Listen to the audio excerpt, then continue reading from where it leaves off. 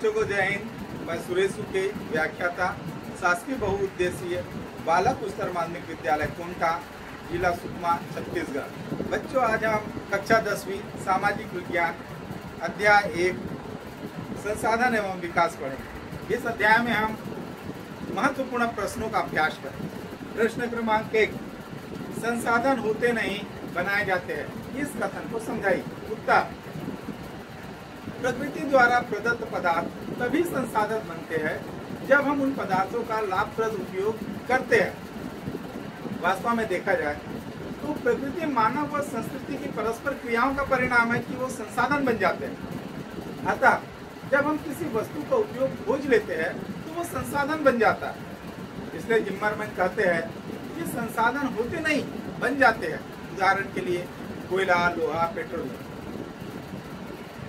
अब हम दूसरा प्रश्न पढ़ेंगे बच्चों, नवीकरणीय संसाधन और अनवीकरणीय संसाधन में अंतर। बच्चों, ये परीक्षा में कई बार 3 नंबर का प्रश्न आ चुका है, इसको ध्यान से सुनेंगे आप। तो नवीकरणीय संसाधन एवं अनवीकरणीय संसाधन में अंतर इस प्रकार है।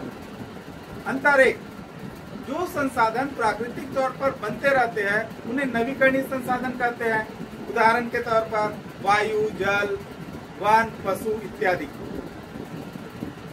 जो संसाधन सीमित मात्रा में प्रकृति में उपलब्ध है और आसानी से उनको पुनः नहीं बनाया जा सकता, उन्हें अनवीकरणीय संसाधन कहते हैं। उदाहरण के लिए लौह अयस्क, कोयला, खनिज तेल इत्यादि।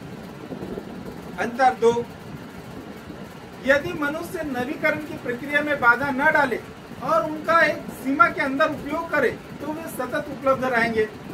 उदाहरण के लिए जल पृथ्वी पर सतत विद्यमान है। सागरों से जल वाष्पीकृत होकर जलवाष्प बनता है, जो संघनित होकर वर्षा के रूप में महाद्वीपों को प्राप्त होता है। वर्षा जल का कुछ भाग भूमि में रिसकर भूजल बनता है। ये प्रक्रिया निरंतर चलती रहती है और जल नवीकृत होते रहता है। अनवीकृत संसाधन पृथ्वी पर सीमित मात्रा में ही उपलब्ध है।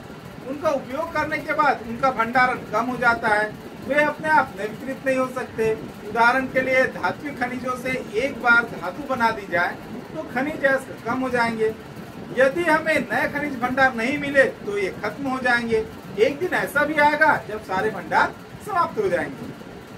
अंतर 3, नवीकरण के चक्र को ध्यान में रखकर यदि किसी क्षेत्र में भूमिगत जल का दोहन या उपयोग रिचार्ज से ज्यादा है तो भूमिगत जल का स्तर कम होगा।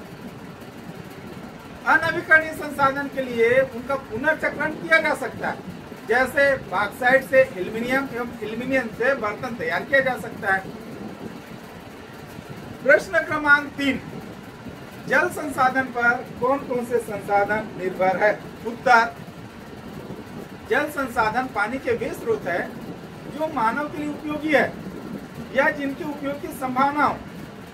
कृषि, औद्योगिक उत्पादन और पर्यावरणीय गतिविधियों में इन सभी मानवीय उपयोगों में से ज्यादातर में हमें ताजे जल की आवश्यकता होती है। भारत का जल संसाधन यहाँ की अर्थव्यवस्था के लिए बहुत महत्वपूर्ण है, क्योंकि भारत की बड़ी जनसंख्या कृषि पर निर्भर है। भारतीय कृषि काफी हद तक वर्षा जल पर निर्भर है। भारत में वर्षा के बहते जल का उपयोग अन्य जल संसाधन जैसे कृषि, कारखाने, पेयजल आदि के लिए किया जा सकता है। ये सारे संसाधन भी जल संसाधन पर निर्भर है। अब हम पढ़ेंगे बच्चों प्रश्न क्रमांक 4, सिंक क्षमता किसे कहते हैं। तो पर्यावरण के द्वारा अपशिष्ट पदार्थ को अवशोषित करने की क्षमता को सिंक क्षमता कहते हैं। प्रश्न क्रमांक 5, संसाधन किसे कहते हैं। मनुष्य प्रकृति की जिन चीजों का उपयोग करता है उन्हें संसाधन कहते हैं। प्रश्न क्रमांक 6, बच्चों, ये परीक्षा में कई बार पूछा जा चुका है। एंडोसल्फान क्या है। उत्तर, एंडोसल्फान एक रासायनिक और जानलेवा कीटनाशक है। प्रश्न क्रमांक 7, अपशिष्ट पदार्थ क्या है। उत्तर, किसी वस्तु के उपयोग या उत्पादन के बाद जिन अनुपयोगी तत्वों को फेंक दिया जाता है वे अपशिष्ट पदार्थ कहलाते हैं। जैसे हम गन्ना खाते हैं, उसकी खुई को फेंक देते हैं। केला खाते हैं, केले के छिलके को फेंक देते हैं। उसी प्रकार से उद्योगों में रासायनिक तत्वों को हम पानी में बहा देते हैं, तो ये सारी चीजें जो है वो अपशिष्ट पदार्थ कहलाते हैं। प्रश्न क्रमांक 8, संसाधन विकास को किस प्रकार प्रभावित करता है? ये भी परीक्षा में 2017 में आ चुका है बच्चों, तो इसे भी ध्यान से सुनिए। उत्तर, प्राकृतिक संसाधन विकास के मूलाधार हैं। कृषि, खनन, निर्माण तथा ऊर्जा क्षेत्र में उत्पादन बड़े तौर पर प्राकृतिक संसाधनों पर निर्भर करता है। अर्थव्यवस्था के अन्य क्षेत्र में भी विभिन्न स्तरों पर प्राकृतिक संसाधनों पर निर्भर होते हैं। प्रश्न क्रमांक 9, प्राकृतिक संसाधन किसे कहते हैं? किन्हीं दो नवीकरणीय संसाधनों के नाम लिखिए। उत्तर, प्राकृतिक संसाधन उन्हें कहते हैं जिन्हें बनाने में मनुष्य का कोई योगदान नहीं होता, जैसे वन, खनिज, नदी का बहता पानी, भूमि आदि। नवीकरणीय संसाधनों के उदाहरण वायु, जल, वन, वन्य पशु आदि। प्रश्न क्रमांक 10, जैविक संसाधन किसे कहते हैं? उत्तर, जो संसाधन जीवों पर आधारित है उन्हें जैविक संसाधन कहते हैं, जैसे मछली, लकड़ी, कोयला, जीव जंतु आदि। प्रश्न क्रमांक 11, अजैविक संसाधन किसे कहते हैं? जो संसाधन निर्जीव भौतिक संसाधन है अजैविक संसाधन कहलाते हैं, जैसे भूमि, जल, धात्विक खनिज। प्रश्न क्रमांक 12, संसाधनों का प्रबंधन क्यों आवश्यक है? उत्तर, संसाधन प्रबंधन हमें अपने प्राकृतिक संसाधन के उपयोग को नियोजित कर इनका प्रबंधन करने के लिए, जिससे वर्तमान आवश्यकताओं की पूर्ति भी हो और भविष्य के लिए इनको संरक्षित भी किया जा सके और पारिस्थितिकी संतुलन बना रहे। इसलिए संसाधनों का प्रबंधन आवश्यक है। संसाधनों के प्रबंधन के लिए हम इस प्रकार उपाय कर सकते हैं। पहला, वैकल्पिक संसाधनों पर जोर। तो जिन संसाधनों से प्रदूषण अधिक होता है उनके वैकल्पिक संसाधनों पर जोर दिया जाना चाहिए, जैसे जहाँ जहाँ संभव हो सके कोयले के उपयोग के स्थान पर प्राकृतिक गैस का उपयोग करना चाहिए। लंबे समय के लिए ऊर्जा के स्रोत हेतु हमको सौर ऊर्जा, पवन ऊर्जा शक्ति का अधिक से अधिक उपयोग करना चाहिए और इसके लिए हमको प्रोत्साहन और व्यवस्था बनाने की भी जरूरत है। दूसरा, संसाधनों का नवीकरण करना।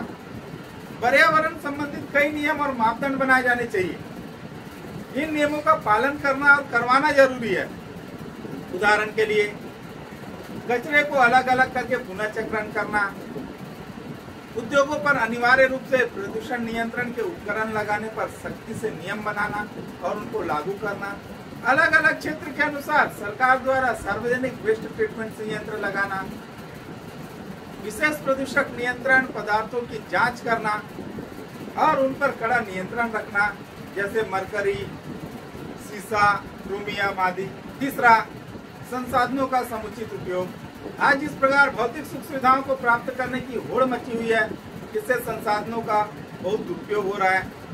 जिस प्रकार कुछ लोग जरूरत से ज्यादा संसाधनों का उपयोग करके अपने जीवन यापन करते हैं, उसी प्रकार सभी मनुष्य यदि करने लग जाए तो प्रकृति की इस जनसंख्या की आवश्यकता को पूर्ति के लिए हमको 4 पृथ्वी की जरूरत पड़ेगी। इसी विषय पर गांधी जी ने कहा था, हमारे पास हर व्यक्ति की आवश्यकता की पूर्ति के लिए बहुत कुछ है, लेकिन किसी एक के लालच की संतुष्टि के लिए अपर्याप्त है। तो बच्चों, इसी के साथ ही हमारी आज की क्लास यहीं पर समाप्त होती है। मैं उम्मीद करता हूँ आपको मेरी क्लास पसंद आई होगी। इसे ज़्यादा से ज़्यादा लाइक करें, शेयर करें और सब्सक्राइब करें। धन्यवाद। जय हिंद।